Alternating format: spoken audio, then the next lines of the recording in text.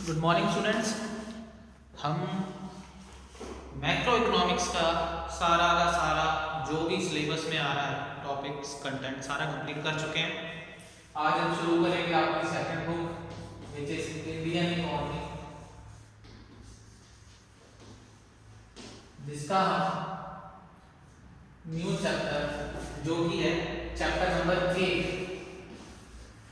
Employment, इसको start करेंगे।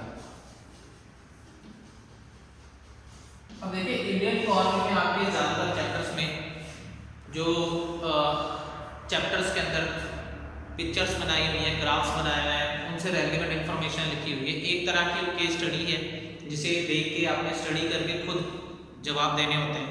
तो उस तरह के कॉन्सेप्ट जो हैं वो बदल के भी आ सकते हैं। ग्राफ बदल के दे दिया तो that is up to you कि वो आपको स्टडी करके खुद आंसर्स कर लिखने पड़ेंगे, चाहे ग्राफ हो या पाई चार्ट हो चाहे टेबल हो। मैं आपको सारे के सारे वो कॉन्सेप्ट समझाऊंगा जो इनके अलावा ज़रूरी है समझने।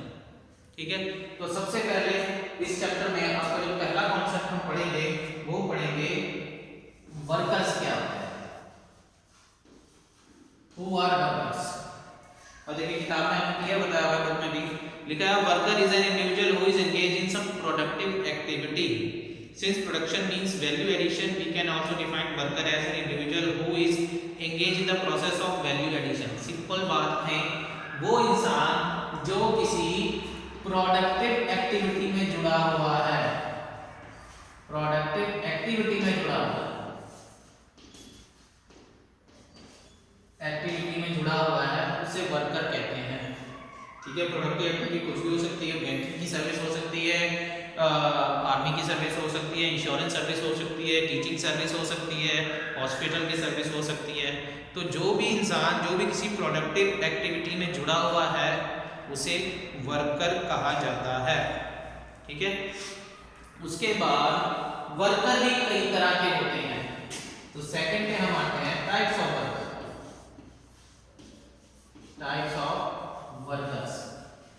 अच्छा, अब टाइप्स ऑफ वर्कर आपके कितने तरह के हैं? एक आ गया हमारा इसमें पहला self employed worker, self employed worker, और दूसरे आगे हायर्ड वर्कर, हायर्ड वर्कर्स। एक आ गया सेल्फ एम्प्लॉयड, दूसरा आ गया हायर्ड वर्कर। अब सेल्फ एम्प्लॉयड क्या होते हैं? सेल्फ एम्प्लॉयड वो होते हैं जो अपना खुद का काम खुद करते हैं, मतलब जिनका अपना खुद का कोई ओन बिजनेस है। सिंपल वर्ड्स में अपना खुद का बिजनेस है, डजंट मैटर बिजनेस छोटा है या बड़ा है, जो अपना खुद का काम कर रहे हैं, जो किसी के अंडर रह के काम नहीं कर रहे, वो होते हैं सेल्फ एम्प्लॉयड वर्कर। ठीक है, और हायर्ड वर्कर कौन से होते हैं? हायर्ड वर्कर वो होते हैं जो किसी के अंडर काम करते हैं, जो किसी के अंडर काम करते हैं, किसी इंस्टीट्यूशन के अंडर काम करते हैं, किसी ऑर्गेनाइजेशन के अंडर काम करते हैं, वो हायर्ड वर्कर्स होते हैं। अब आगे जाके हायर्ड वर्कर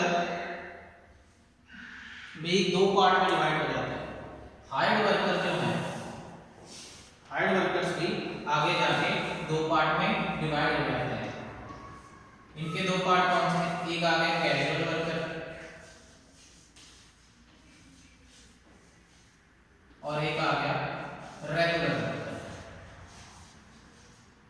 रेगुलर वर्कर। अब कैजुअल वर्कर कौन से होते हैं? कैजुअल वर्कर वो होते हैं जो डेली वेजेस पे काम करते हैं, मतलब जो जितना काम करेंगे उनको वो पैसा मिलेगा, जिसमें हम ज्यादातर कहें दिहाड़ी वाले हो गए, वो हो गए। इसके अलावा कई इस तरह के होते हैं जो मान लो कुछ जो जितनी मान लो पॉलिसी बेचने वाले हो गए, वो पॉलिसी बेचेंगे तो उनको उसमें से कमीशन मिलेगा। ठीक है, दिहाड़ी। इन लोगों को किसी भी तरह के, कैजुअल वर्कर्स को किसी भी तरह की सोशल सिक्योरिटी फंड्स नहीं मिलते, सोशल सिक्योरिटी इनको कुछ नहीं मिलती। ये चीज में ध्यान में रखना, सोशल सिक्योरिटी बेनिफिट्स इनको नहीं मिलते, जैसे प्रोविडेंट फंड हो गया, ग्रेच्युटी हो गया, पेंशन हो गया, ये सब नहीं मिलते। पर जो रेगुलर वर्कर्स होते हैं, रेगुलर वर्कर्स वो होते हैं जो परमानेंट होते हैं, जिन्हें जो उनके सैलरी बेस्ड वर्कर्स होते हैं, जो किसी ऑर्गेनाइजेशन के अंडर काम कर रहे हैं, पक्का हर महीने हर महीने बाद इनको सैलरी मिलती है, इनको सोशल सिक्योरिटी बेनिफिट्स मिलते हैं। इनको सोशल सिक्योरिटी बेनिफिट्स मिलते हैं, ये याद रखना।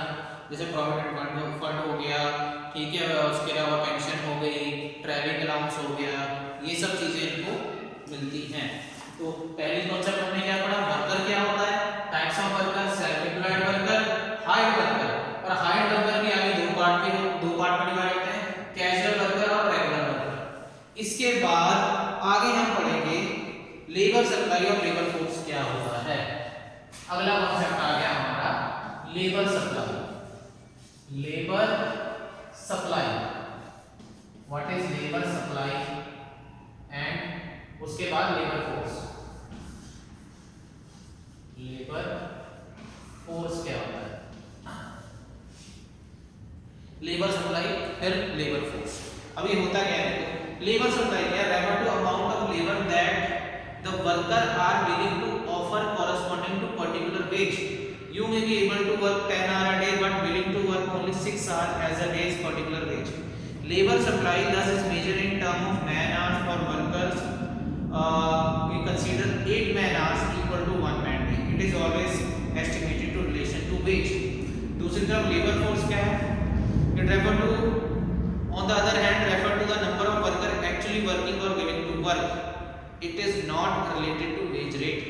देखो फर्क क्या है दोनों में। इसको इजीली समझने के लिए आपकी बुक में जो इनका टेबल दिया हुआ है, दोनों का डिफरेंस वो बहुत सही है दोनों को समझने के लिए।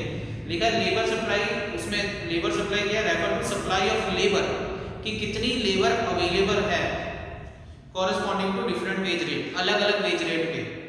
Supply of labour is measure in term of man days.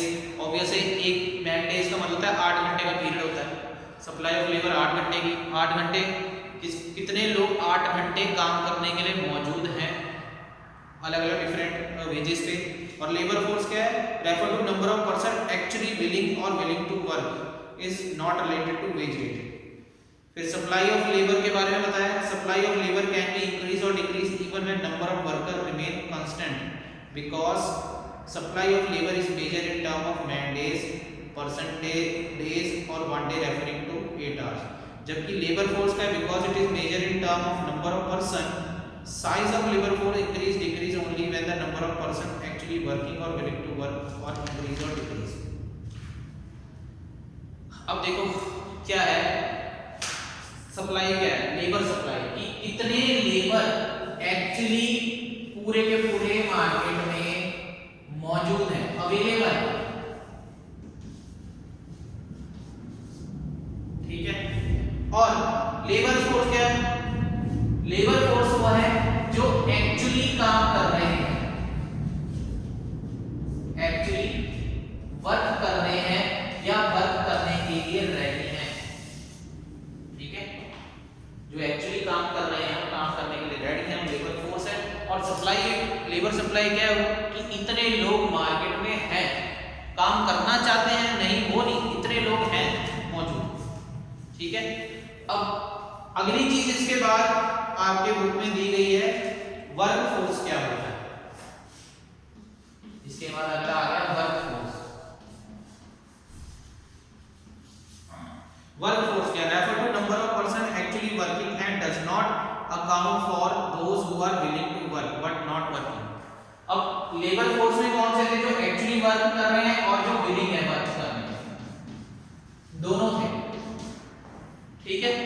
पर वर्क फोर्स में सिर्फ वही इंक्लूड होंगे जो एक्चुअली काम कर रहे हैं, एक्चुअली जो वर्क कर रहे हैं मार्केट में, जो करना चाहते हैं वो नहीं, जो एक्चुअली करंटली काम कर रहे हैं। तो इसका इजीली फॉर्मूला लिखा है, work force is equal to labour force minus number of person not working but willing to work, ठीक है। तो लेबर सप्लाई क्या है, कि अवेलेबल कितने हैं, टोटल कितने लोग हैं, मतलब 1 करोड़ लोग अवेलेबल हैं, उनमें से मान लो 50 लाख लोग ऐसे हैं जो एक्चुअली काम करना चाहते भी और काम कर रहे हैं।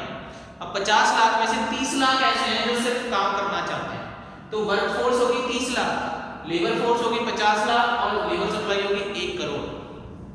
उसके बाद आ गया अनएम्प्लॉयमेंट। बेरोजगारी।